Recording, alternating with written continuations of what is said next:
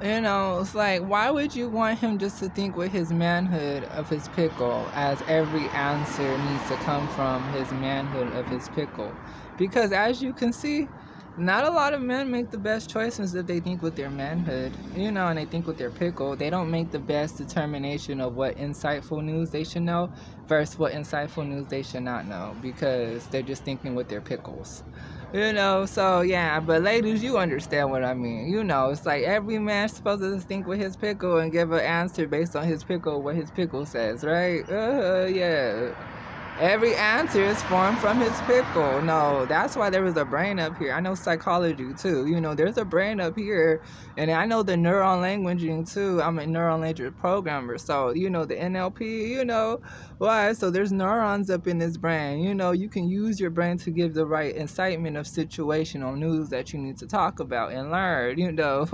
Nah, my brain is empty-headed. My brain thinks a lot. That's why I'm always a thinker. I feel like every spiritual being on this earth is just a good thinker, and they think a lot about common core knowledge and everything else that they need to know. But yeah, but I wanted to talk more about women's concernments too.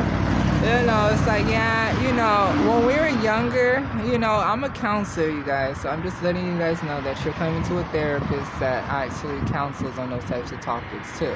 About like the abuseful and the traumatic feelings also. So, like not every man, like I told you guys in another episode of lecture, not every man is on one page of environment. You remember, like, they have a lot of pressure on them because, like I just told you guys, like, yeah, like having kids is always on a man's concern, but it's not like the top. It's more for family reasons. Like, oh, I spread my family genes and I had extra kids. It would have these genes expressed in the family virtue of line of business of life, because in life it's like a business, because we live, we die, so it's like a business.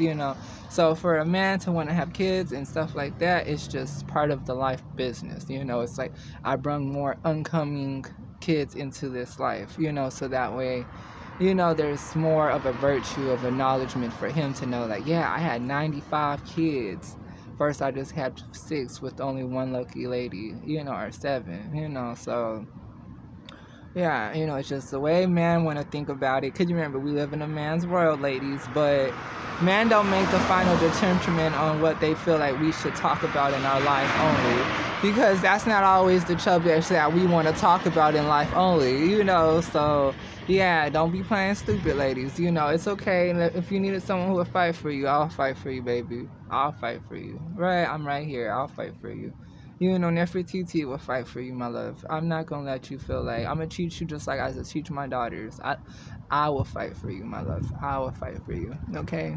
Because yeah, no, thank you. Not everybody is supposed to be treated in one subject of manner. So yeah, or like when we're younger and then like the men have their options of who they think is, oh my gosh, she's developing so beautifully, because, when we're like 6th graders, so, we remember when we first started seeing that man started viewing us of attraction around 5th grade, 6th grade, around that time, when we were younger, they didn't look at us that way. They just did this as a normal people. But as we got older, around like 5th grade to 6th grade, that's when the man's mind started shifting, and then they started thinking more about genetics, and then they started thinking more about everything else of sexual urges and sexual needs.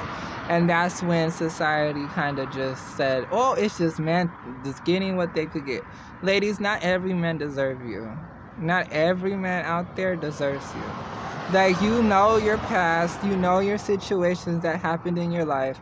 Not every man out there is what God chosen for you. So I'm just letting you know that. If you feel like the partner's your happiness, I'm okay with that. I'm accepting of it. I'd rather just have that woman conversation with you versus you never having that woman conversation with like any other person you can talk to. So I'm just a therapist. I'm one of those therapists that I like, the like conversations to like flow as they flow, and let's be able to be real viewpoint on the predicaments on everything of life society for women's virtues too. But yeah, but not every man deserves you. Okay, so if you learned anything, ladies, from this conversation with me, not every man out there deserves you. So just so you know that. Your worth I can see, and everything else, God can see your worth also. You know, it's just you have to take the courage also to want to keep building on your worth. Because you have to build on your worth too. You know, you have to build on your own worth also. You know, you have to also. You know. Because not don't every man's gonna say you're beautiful so they can get one thing in mind.